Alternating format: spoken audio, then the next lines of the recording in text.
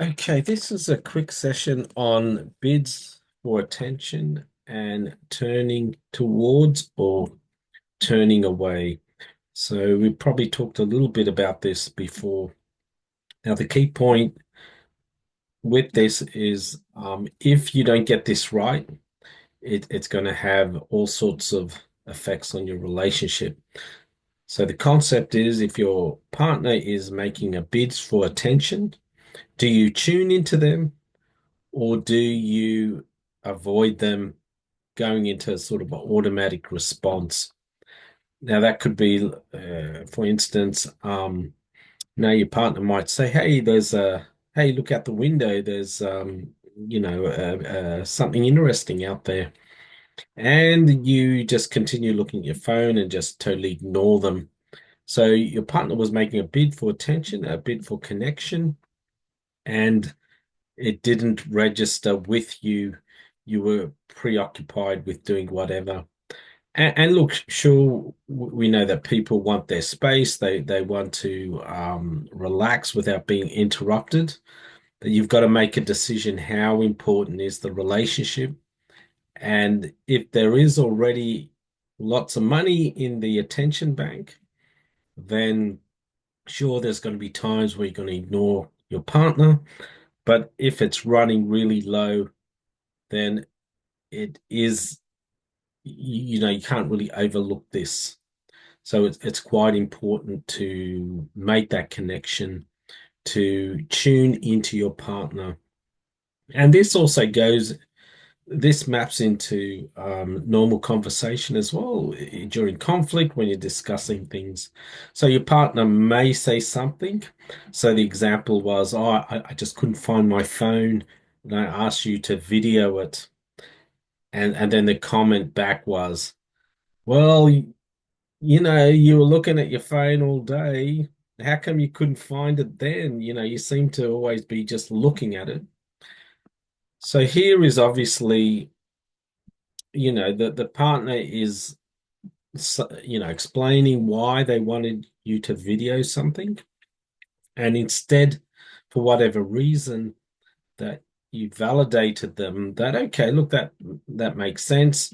You just couldn't find your phone.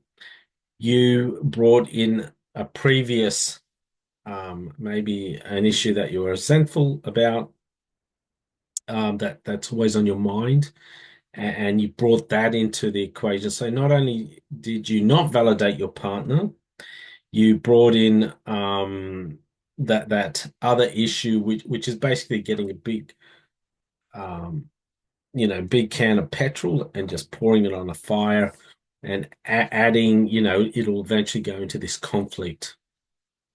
So look, if your partner says, hey, I just couldn't find, my phone to video it, you go, okay, look, fair enough. But next time, yeah, look, I know it was important to get that video there and then, and it's not something we can delay. But next time, I prefer to just check in with me before. It came off like a bit of a demand sort of thing, like you didn't care what I was doing as well, and I was doing something important, so maybe just add a little bit of a check in there. But I get you right. You wanted to video it, you didn't have your video. I videoed stuff earlier. I get it.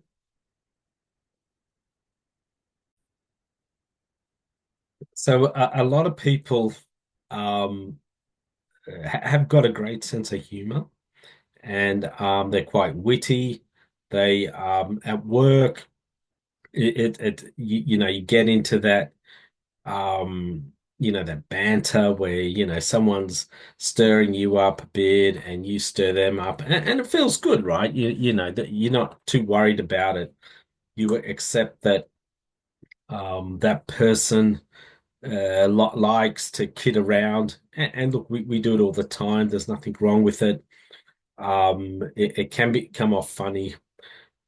However, the key thing is to understand how this is happening with the relationship. And maybe it's not a good idea to map it into the relationship.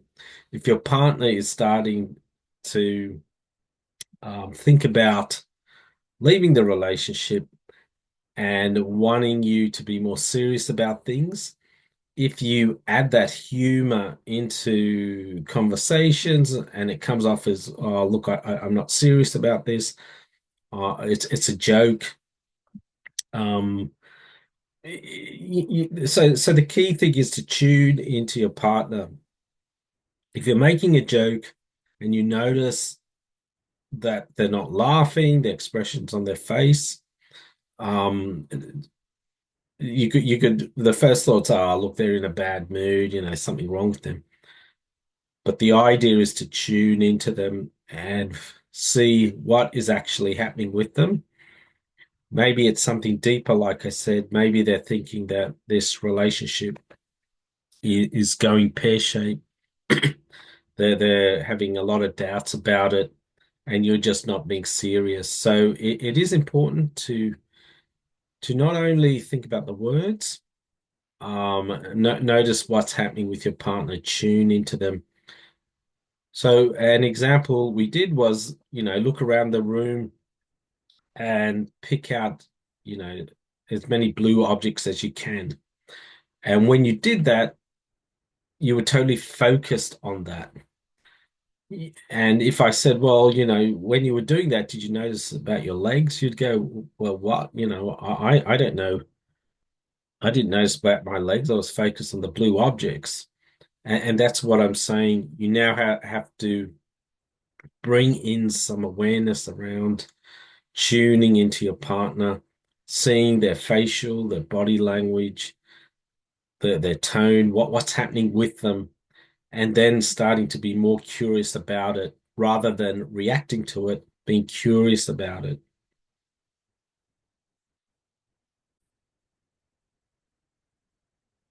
So this is, in simple terms, being mindful about things.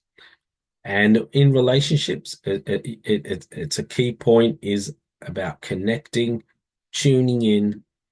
If your partner is bidding for attention, not to tune out, not to move away, because ultimately it's going to lead to a death by a thousand cuts.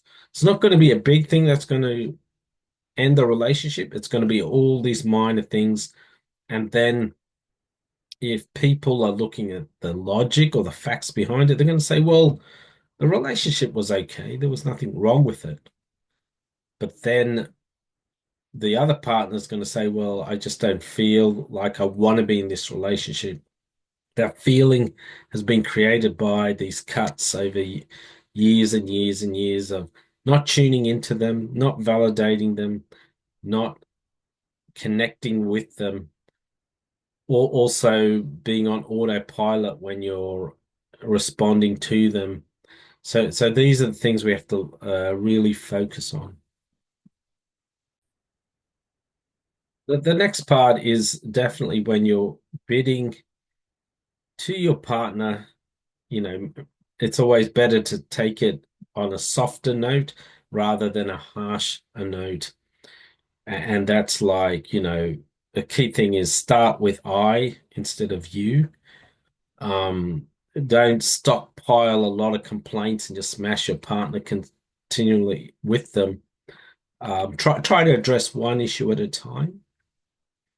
Uh, if someone has got an issue, then sure, you can call timeouts if you're feeling overwhelmed, but the idea is that they would want to um, create a shared meaning around it.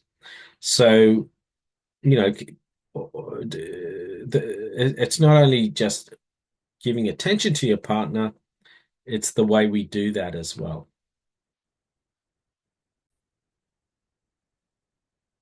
And with the words, you can use harmful words or you can use helpful complaints. So look, there's, obviously in any relationship, there's going to be complaints. And there's a difference between complaints and criticism. So complaints, you state your need. You do not really need to attack or blame the other person. You describe your complaint as your perception, not as an absolute truth. So I feel like this is what's happening. Focus on a specific behavior you would like to see change, not on global judgments. You always do this. You are just X, Y, Z, right? Make it specific. If it's specific, your partner will be able to not be so overwhelmed or not go into a fight mode. So it also gives you a specific, a narrow focus to look at what's actually happening here. The next part is flooding. So if the relationship is already strained, or if you've had a few days of arguing, um, additional conflict is really going to cause the partner to be flooded. So the suggestion is, okay, look, things have stuffed up. See if you can put money in the love bank, do some positive things first, and then once that's a bit better, then look at going more into some of those complaints or some of those issues you want to talk about. If the person becomes so stressed, overwhelmed, if you just keep pursuing them, keep asking them, um, it's just going to cause them to shut down. So again, tune into your partner. If they are overwhelmed, it's up to you to find that out and see how you can navigate through this. Take a 20-minute break, a timeout, and then get back to each other. Work on exercises to clear your mind. Know that, it is important to talk about things, not just avoid them.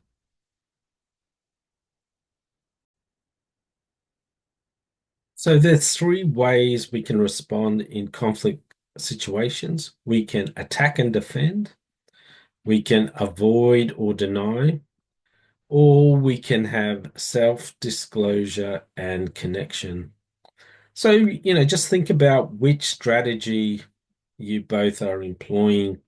And obviously, um, there is one that's, the self-disclosure and connection is what we say healthy relationships would be doing.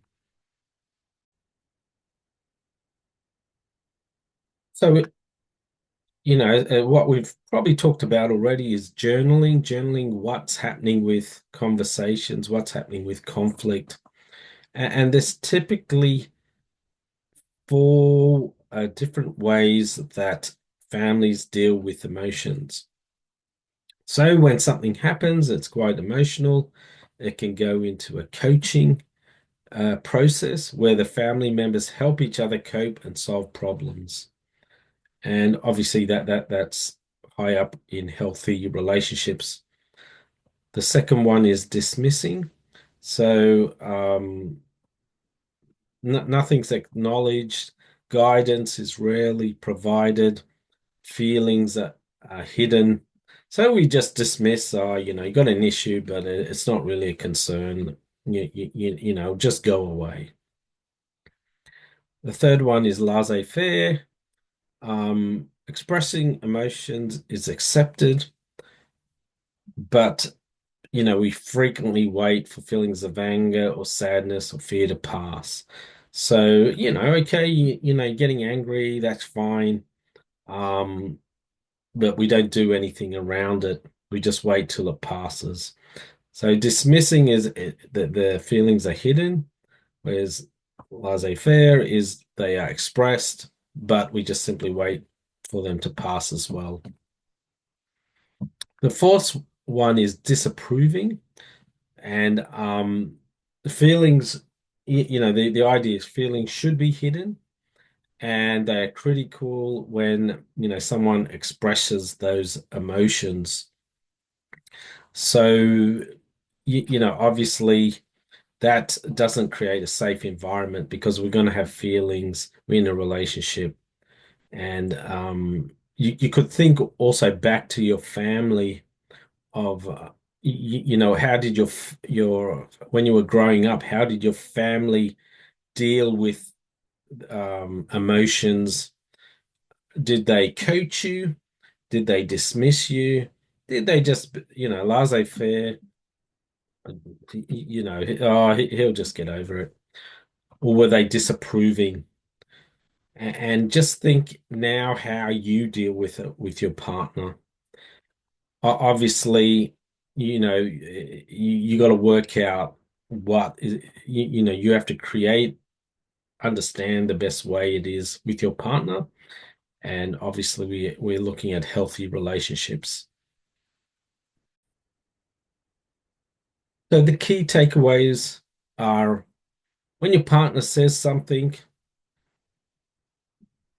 cultivate the awareness that am I tuning into them?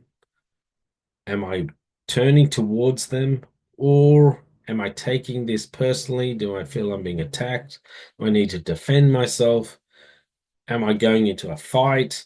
Or am I going into a dance? Am I being curious about this? Or am I trying to invalidate them and get them onto something that I believe is correct rather than trying to understand them? Bids of attention, it's so important. Turning into your partner towards them is equally important. Please let me know if you've got any questions with this. Thank you.